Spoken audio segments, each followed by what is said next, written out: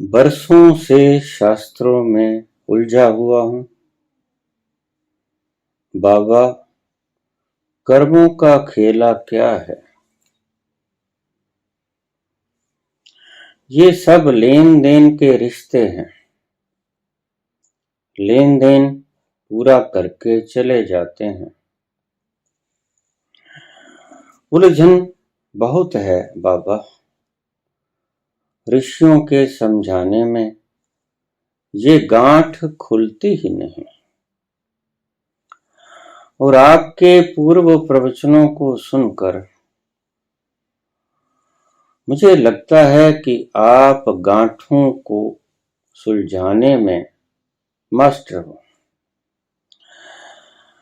कृपया मेरी इस गांठ को सुलझा दीजिए। स्वभावानुसार ऐसी ढंग से समझाएं कि और प्रवचनों की तरह हृदय में उतर सके।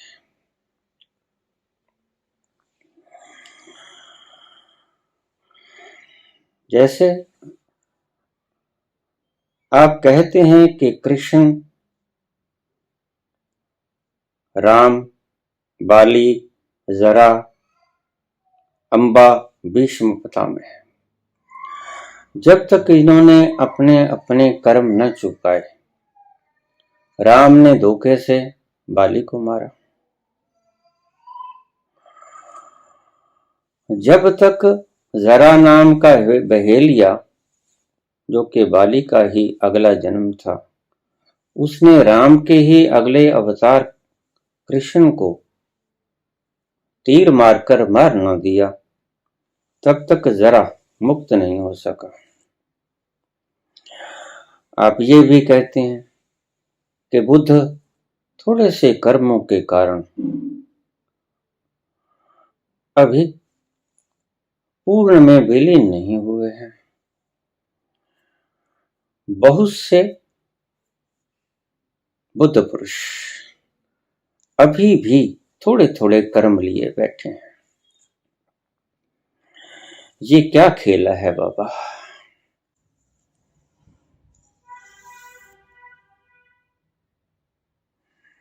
खेला, पुण्य और पाप।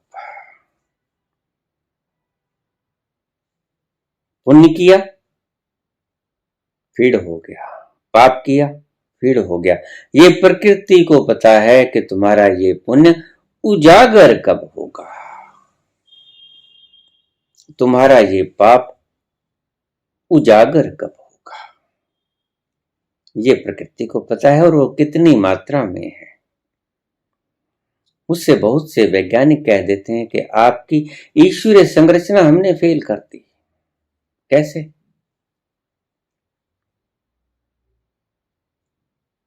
आपके दर्द हो रहा है, ईश्वरीय संरचना के मुताबिक आपके पाप कर्मों के कारण दुख हो रहा है। बिल्कुल ठीक है। तो हमने उसे इंजेक्शन दिया, ज़ाइलोकेन छिड़का, बेहोश हो गया अंग, और तुमने भोगना बंद, दर्द बंद हो गया। सुंदर तर्क है, लेकिन देखिए, तुम्हें देखना ही पड़ेगा, भोगना ही पड़ेगा। जरूरी नहीं है कि राम अगर धोखे से बाली को मारते हैं, आप ठीक से ढंग से समझ लेना, तुम्हारी गांठ को जो महर्षि नहीं सुलझा पाए,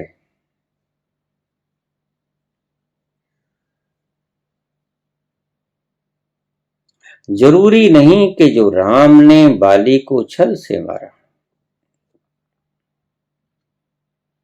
जो कृष्ण बन के आया,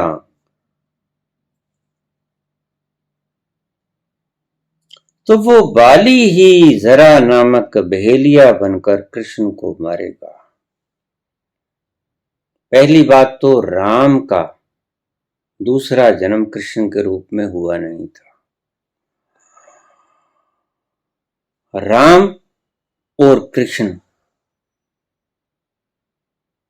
ये आप अवतार गिन लेते हो, ऐसे तो फिर मत्स्य का अवतार भी कृष्ण का अवतार हो गया, ऐसे तो परशुराम का अवतार भी कृष्ण का अवतार हो गया।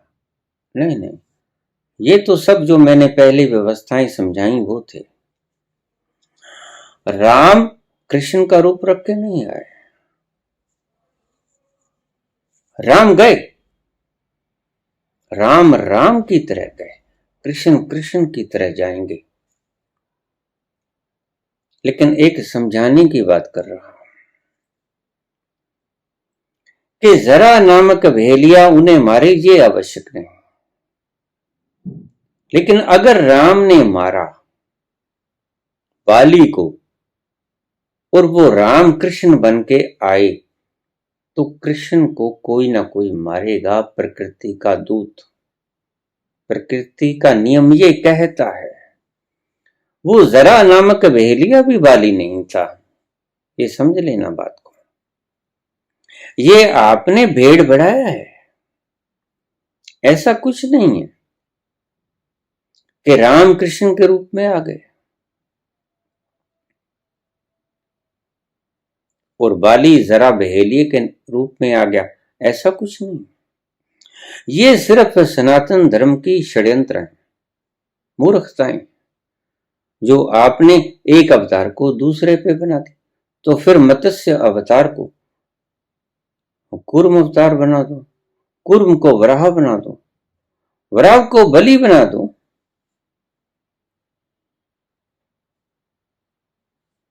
वराह को वामन बना दो, वामन को परशुराम बना दो, और परशुराम अगर राम का रूप था तो परशुराम और राम आमने सामने क्यों हुए? एक के ही अवतार, परशुराम भी विष्णु के अवतार और उसी का अवतार राम। और राम धनुष तोड़ते हैं, परशुराम आ जाते हैं। बोलो धनुष क्यों तोड़ा? राम और परशुराम दोनों अवतार आमने सामने। ये मूर्खताएं लोगों को समझानी बंद करो, इतनी समझ तो रखते ही हो गए, आचार्य हो। ये घुंडियां इसीलिए तो आज तक खुली नहीं तुम्हारी गांठें। राम के अवतार कृष्ण नहीं थे, राम अलग से अवतार, कृष्ण अलग से अवतार। कृष्ण अपनी खेल खेल रहे हैं, राम के बिल्कुल विपरीत। हाँ, जो भीतर घटना घटी है वो सेम है। बुद्ध के भीतर भी वही घटना घटी, नानक के भीतर भी वही, राम और कृष्ण के भीतर भी वही, महावीर के भीतर भी वही, मलूक दास के बाद भीतर भी वही, भीखा के भीतर भी वही। तो अब इस बात को आप समझ गए होंगे कि अगर आपने किसी की एक शेर कनक चुरा ली या किसी को एक शेर कनक आपने दान दे दिया, अब ऐसे समझना इस बात को, तुम्हारी खोपड़ी के हिसाब से तुम्हें समझाता हूं। तुमने किसी की एक शेर कनक चोरी कर ली, तो तुमने उसकी एवज में एक शेर कनक नहीं वापस करनी पड़ेगी, ये समझ लेना बात को। उस कनक का एक शेर का दाम वापस करना पड़ेगा। चुरा ली, दुख दुख भोग कर तुम उसको पूरा कर दोगे। अगर तुमने एक शेर कनक दान कर दी तो एवज में तुम्हें एक शेर कनक नहीं मिलेगी। ये लोग सुविधाजनक चीजों को दान करते हैं कि हमें भी एसी मिल जाएगा, एसी दान कर दो। हमारे यहां एक त्योहार होता है नमानी का, मीठा पानी पिलाते हैं, ठंडा पानी पिलाते हैं, एसी दान करते हैं। यद्यपि करते रिश्तेदारों को है कि हमें भी स्वर्ग में एसी मिलेगा, ऐसा नहीं होता है। कनक दान की है, कनक नहीं मिलेगी, कनक का दाम मिलेगा। उसका भाव क्या है। कनक दान करने का प्रकृति के अनुसार, उस वक्त काल देश की परिस्थितियों के अनुसार क्या बनता है इसका प्लस, क्या बनता है इसका पुण्य, वो फीड हो गया। वक्त आने पर वो वक्त क्या है ये भी प्रकृति को पता है, वो मूल्य क्या है ये भी प्रकृति को पता है। मैंने वही कहा कि लाखों ही पंडित करोड़ों ही सियाने, खुदा की बातें तो खुदा ही जाने। हाँ, इतना अवश्य है कि भोगना पड़ता है। अब आप समझ गए होंगे कि ये कोई बात नहीं कि किसी ने किसी का कत्ल किया तो वो व्यक्ति जब तक कत्ल ना करेगा तब तक हिसाब बराबर नहीं होगा। नहीं नहीं, वह व्यक्ति तो फिर मुक्त ना हो पाएगा। फिर जरा तो फंस गया बेचारा बाली। तो बाली को राम को मारना ही पड़ेगा अगले जन्म में, और अगर वो मुक्त होने की प्रक्रियाएं अपना ले तो उसको मुक्त नहीं हो सकता वो, क्योंकि जब तक कृष्ण को मारेगा नहीं राम के रूप में तब तक जरा बाली के रूप की तरह मुक्त नहीं हो पाएगा। ये व्यवस्था ही पागलों ने बनाई है। इसमें बुद्धि नामक की चीज का प्रयोग ही नहीं हुआ, थी ही नहीं बुद्धि इनके पास, प्रयोग क्या करेंगे। मेरी दृष्टि में अब आप सारी ये व्यवस्था समझ गए होंगे। फिर समझ लीजिए, पुण्य किया, देश काल और परिस्थिति के हिसाब से फीड हो गया कंप्यूटर में ईश्वर के कि कितना सुख मिलेगा इस पुण्य का। पाप किया, देश काल और परिस्थिति के हिसाब से दुख मिलेगा, फीड हो गया। कब मिलेगा प्रकृति को मालूम, कितना मिलेगा प्रकृति को मालूम। कल को तो तुम पूछने लग जाओगे ईश्वर ने ये एटम की संरचना कैसे की। बहुत से लोग पूछ लेते हैं, आज भी पूछ लेते हैं। बुद्ध ने तो ये मामला ही गायब कर दिया था। 14 प्रश्न इस तरह के जो पागलपन से संबंधित है उससे कोई ना पूछे। अव्याकृत प्रश्नों की श्रेणी में डाल दिए गए थे ये प्रश्न, कोई ना पूछे इन 14 प्रश्नों के जवाब। पुण्य और पाप, उन्हीं व्यक्तियों के द्वारा दुख नहीं दिया जाएगा, उन्हीं व्यक्तियों के द्वारा सुख नहीं दिया जाएगा, लेकिन प्रकृति की व्यवस्था के द्वारा सुख मिलेगा उतना ही, प्रकृति की व्यवस्था के द्वारा दुख मिलेगा उतना ही जितना दिया था। व्यक्ति चाहे कोई भी हो, किसी के द्वारा भी सुख मिल जाए, किसी के द्वारा भी सुख मिल जाए, लेकिन जरूरी नहीं कि जिसने तुम्हें सुख दिया उसको तुमने सुख दिया था पिछले जन्म में। नहीं, पिछले जन्म के इन धारणाओं को काट दो। तुम कनक बीजते हो, तुम्हें कभी चना मिलता है? नहीं मिलता। और वही चना मिलता है जो तुमने बीजा? नहीं, कुछ और होके मिलता है। वो तो एक दाना था, ये तो 1000 दाने मिलते हैं। वो ही चना आपको कभी नहीं मिलता, हाँ उसका मल्टीपल होकर मिलता है व्यवस्था के अनुसार। पुण्य का फल पुण्य फीड हो गया, पाप का फल पाप फीड हो गया। जैसे ही उसका वक्त आया समय पर वो आपको भुगतना पड़ेगा, आप भुगतते हो। अगर डॉक्टर्स ने दर्द को रोक लिया, बिल्कुल रोक लिया, कोई बात नहीं, दर्द बाकी का पेंडिंग रह गया आपका, किसी और ढंग से वो आपको तकलीफ दे देगा, हिसाब उसने बराबर करना है, वो नहीं चूकेगा। उसकी प्रकृति चूकने वाली है ही नहीं, इसीलिए तो किसी सभी की चूलें बिंगी रहती हैं, एक तरफ से सीधी कर दो दूसरी तरफ से बिंगी हो जाती हैं। वहां से आपने होशियारी बरत ली, लेकिन ईश्वर के आगे होशियारी थोड़ा चलती है। दूसरी तरफ से कान इधर से नहीं पकड़ेगा तो उधर से जाके पकड़ लेगा, कान वो ही पकड़ लिया। तुम समझते हो कि कान इधर से ही पकड़ा जा सकता है, लेकिन प्रकृति कहती कि नहीं, ऐसे भी पकड़ा जा सकता है।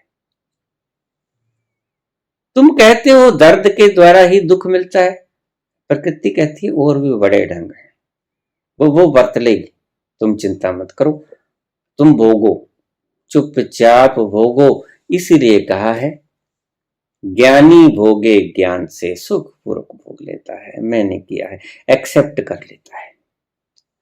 सियाना है, मूर्ख भोगे रोए। जैसे आपने स्कूल जाते बच्चे देखे, एक तो बड़ी प्रसन्नता से जाता है और एक बच्चा क्लेश करके जाता है, बार बार उसे धकेलना पड़ता है कि चलो। बस ऐसा ही ज्ञानी और अज्ञानी का फर्क होता है। सुख और दुख की परंपरा, जो गांठ आपकी खुली नहीं थी वो आज मैंने खोल दी। वो ही काल नहीं होगा, वो ही देश नहीं होगा, वो ही परिस्थिति नहीं होगी, इस बात का भी ख्याल रख लेना। लोग कहते हैं जिस जगह के ऊपर मृत्यु निर्धारित है वहीं पर मृत्यु आएगी, गलत। Happenings will happen, events will take place, but not on the same spot. उसी जगह के ऊपर वो घटनाएं नहीं घटेंगी, घटनाएं घटेंगी।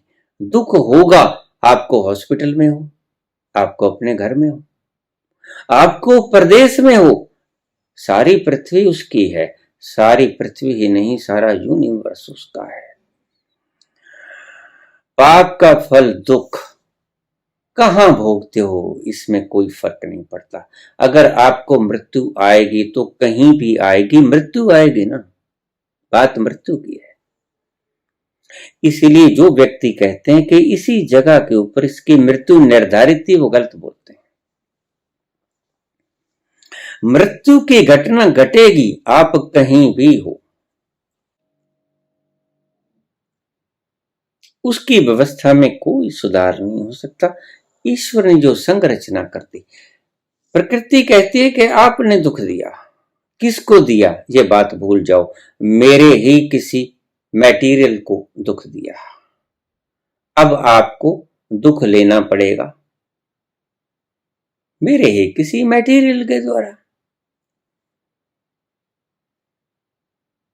वह व्यक्ति मुक्त हो गया तो मुक्त हो जाए, चला जाए, उसकी बूंद समुद्र में समा जाए, लेकिन हिसाब मैंने लेना है, हिसाब न्याय प्रणाली ने लेना है। आप समझते हो कि अगर किसी व्यक्ति को कोई केस चल रहा है और जिसके ऊपर कुठाराघात हुआ है, जिसके ऊपर पाप हुआ है, जिसकी हत्या हुई है, उसकी पैरवाई करने वाला व्यक्ति मर जाए, तो क्या न्याय प्रणाली उसको दंड नहीं देगी? देगी।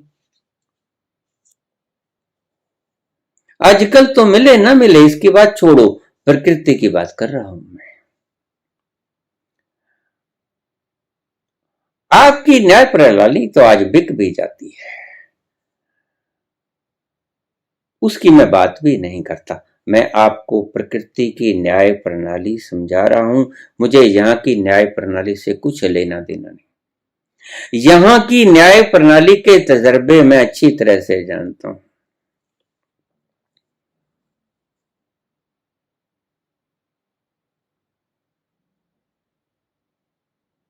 यहां के बिकते हुए जजों की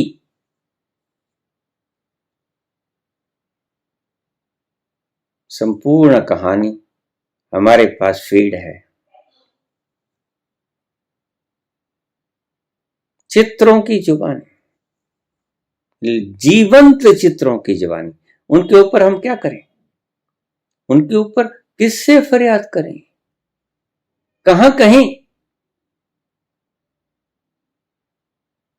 लेकिन ईश्वर के आगे तो तुम्हारी वो, तुम रिश्वत यहां ले सकते हो, तुम कोई फैसला दे सकते हो, लेकिन ईश्वर को तुम रिश्वत नहीं दे सकते। ईश्वर व्यवस्था को तुम बदल नहीं सकते। ईश्वरीय व्यवस्था को तुम खरीद नहीं सकते। हालांकि तुम्हें भ्रम हो जाता है, तभी तो तुम देवी माता के जाके चुन्नियां चढ़ाते हो। दुष्टता की पराकाष्ठा है। अपराधी व्यक्ति इन चुन्नियां चढ़ा के अपने अपराध की घोषणा करता है कि हाँ, मैं अपराधी हूं। सही व्यक्ति क्यों जाएगा पत्थरों के ऊपर चुन्नियां चढ़ाने? क्यों जाएगा पत्थरों को दूध पिलाने? वो जीवंत को दूध पिलाएगा, जिसके भीतर से आशीर्वाद निकले, जिसकी जरूरत पूरी हो, जिसका पेट भरे। कबीर ने कहा है, पाथर पूजे हरि मिले। तुम्हारी देवी की मूर्तियों की बात है ही, चाहे कोई भी मूर्तियां हैं, पाथर पूजे हरि मिले तो मैं पूजूं पहाड़, मैं पूरे पहाड़ को पूजूं। लेकिन पत्थर पत्थर है।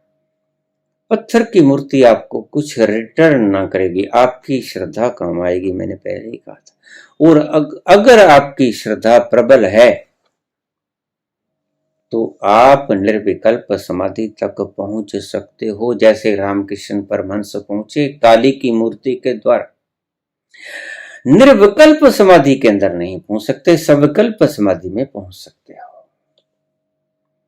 निर्विकल्प तक जाने के लिए एक छलांग और लेनी होती है, वो सबसे मुश्किल छलांग होती है।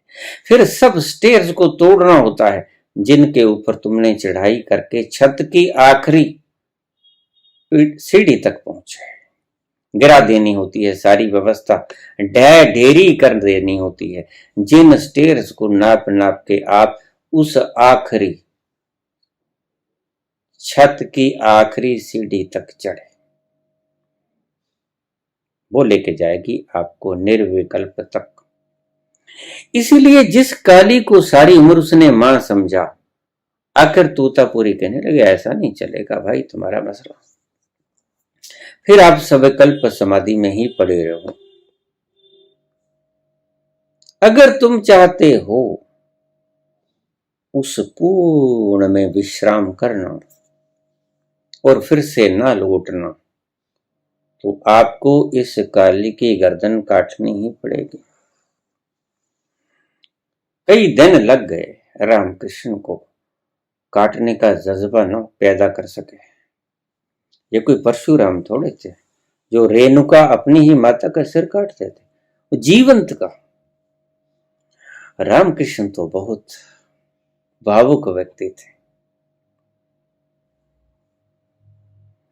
रामकृष्ण पत्थर की इमेजिनेटेड काली की मूर्ति को काट ना सके, धड़ से अलग ना कर सके सिर उसका। बहुत ही करुणावान व्यक्ति थे। नहीं होता मुझसे, मैं नहीं काट पाऊंगा माता का सिर, कैसे काट पाऊंगा? अपना सिर उसके चरणों में रखने वाला उसका सिर कैसे काट सकता है? मुझे बताओ तोता जी। तोतापुरी कुछ ना बोलते, ठीक, मैं कल चला जाऊंगा, मत काटो। तुमने तुम्हारे लिए काटना है, इसका मेरा इसमें कुछ प्रयोजन नहीं है। मैं तुम्हें सिर्फ गाइड कर सकता हूं, वो कर दिया है। तुम नहीं कर सकते तो टिके रहो, फिर रोते क्यों? फिर हाय निर्विकल्प, हाय निर्विकल्प क्यों रोते हो? रोते रहो। आखिर जब कहा तोतापुरी ने कि कल मैं चला जाऊंगा, देखो आज रात को विचार कर लो। तो उसने कहा, अब मसला गया, ऐसा व्यक्ति फिर आने को भी नहीं। जीवंत पुरुष रोज रोज थोड़े आते हैं। अभी मुझे एक थोड़ा सा मैसेज आया, बाबा आपने क्रिया योग के द्वारा बताया जब शरीर कंपता है बड़ा मजा आता है, कुछ ऐसा बताओ कि शरीर ज्यादा कंपे। मुझे भी ये व्यवस्था 1976 में भगवान शंकर दे गए थे। मैंने भी वैसी ही प्रार्थना की थी, कुछ ऐसा बता दो, तुम्हारे प्राणायाम तो ऐसा कुछ करते हैं, कुछ ऐसा बता दो कि शरीर का अलगाव साफ साफ झलक जाए, दिख जाए। तो अब ये महाशय पूछते हैं कि कुछ ऐसा बताओ कि शरीर ज्यादा कंपे, सूखे पत्ते की तरह कपेगा।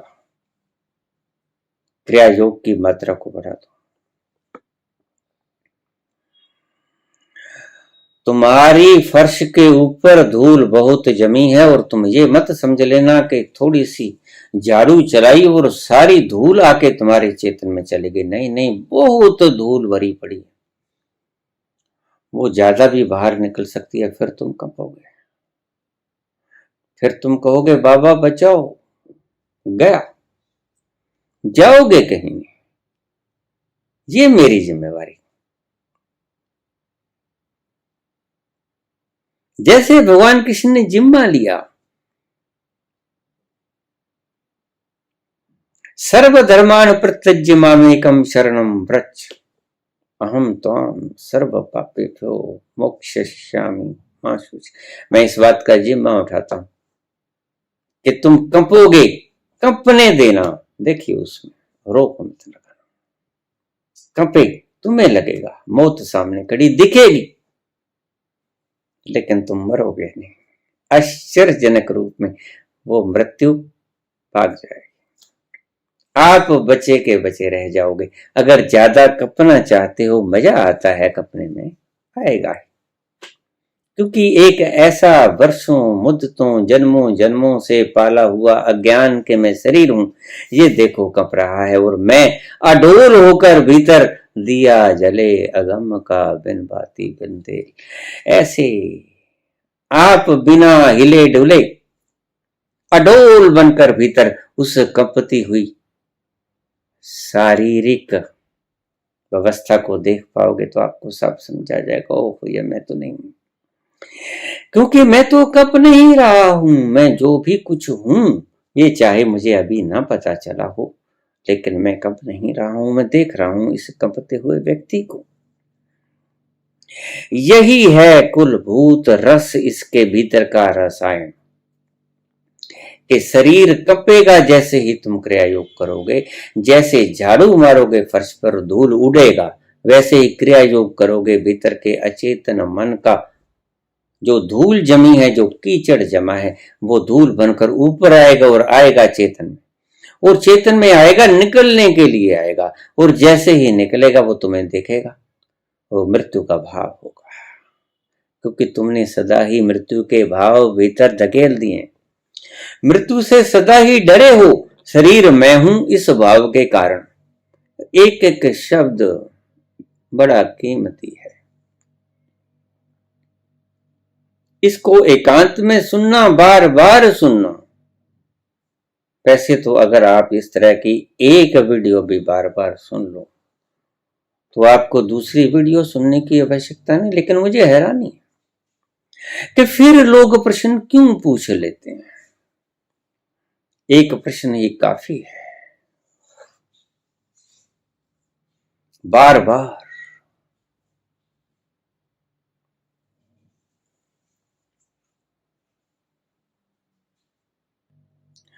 बर्बाद गुलस्तां करने को, बर्बाद गुलस्तां करने को बस एक ही उल्लू काफी है। हर शाख पे उल्लू बैठे हैं, अंजाम गुलस्तां क्या होगा। बर्बाद गुलस्तां करने को बस एक ही उल्लू काफी है, हर शाख पे उल्लू बैठा है, अंजाम गुलस्तां क्या होगा। ये मेरा एक एक प्रवचन उस एक एक उल्लू की तरह है जो तुम्हारे अहंकार की धज्जियां उड़ा देगा, और हर शाख पे मैंने ऐसे उल्लू बैठाए जो तुम्हें ध्वस्त करते, लेकिन तुम एक भी शाख को ठीक से नहीं देख पाते। ये तुम्हारी कमी। हर वक्त हर रोज मैं इशारा करता हूं, उधर ही इशारा करता हूं, लेकिन तुम नहीं समझ पाते। फिर वो ही प्रश्न, जब तुम दूसरी बार प्रश्न करते हो तो मुझे कोई हैरानी नहीं होती। क्यों? क्योंकि मुझे पता है सुना ही नहीं गया। इसलिए महावीर ने बड़ा सुंदर शब्द कहा, महावीर कहते कि देखो मत चाहे,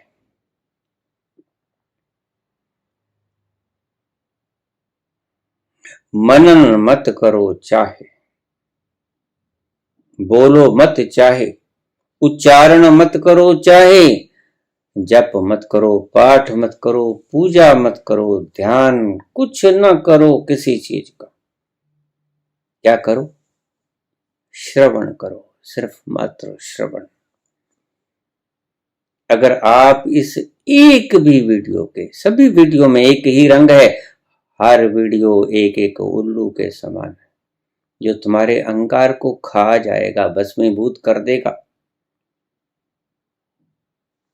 बर्बाद गुलस्तां करने को बस एक ही उल्लू काफी है। मेरी कोई भी इस तरह की वीडियो उठा लो, उसको बार बार उसको सुनो, तो महावीर कहने लगे कि सम्यक श्रावक बनो, यानी कि अच्छी तरह से श्रवण कर लो कि ये कह क्या रहा है। महावीर कहते हैं मैं क्या बोल रहा हूं ये सुन लो।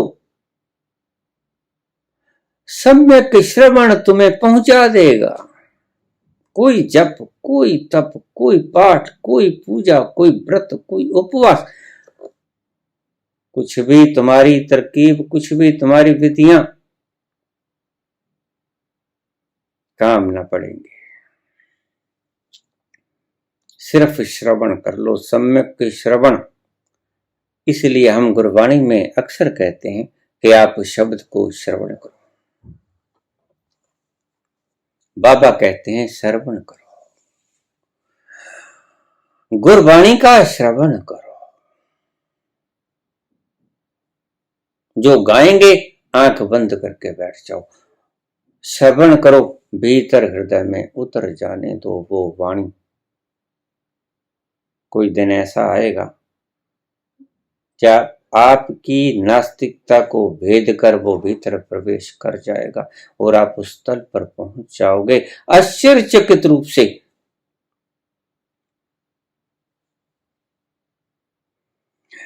बुल्ले शाह कहते हैं, जा मैं सबक इश्क दा पढ़िया, जा मैं शब्द इश्क दा पढ़िया, मस्जिद कोलों जोड़ा डरिया, जा ठाकर दे डेरे वड़िया, जिथे वजदे नाद हजार, जिथे वजदे नाद हजार, इश्क दी नवीं नवीं बहार। नित नूतन है वो, हर रोज हर पल नया है, नमियों नमी बहार। उस तल पर आपको पता भी न चलेगा कब ये श्रवण, ईश्वरीय वाणी का श्रवण, सम्यक श्रवण, सब कुछ खो जाए। जब तुम सुनो सिर्फ श्रवण ही रह जाए। अब मेरी दृष्टि से मैंने बड़े खोल के समझा दिया है कि प्रकृति हिसाब कर्मों का कर्मों से नहीं करती, कर्मों का फल निर्धारण करता है। दुख और सुख उसने देना होता है। तुम्हारे कर्मों का किसके द्वारा मिलता है यह मायने नहीं रखता, देना प्रकृति ने होता है। प्रकृति की जिम्मेवारी है तुम्हारे हर एक अच्छे या बुरे कर्मों का फल देने की, भुगताने की। ये है सारी व्यवस्था। धन्यवाद।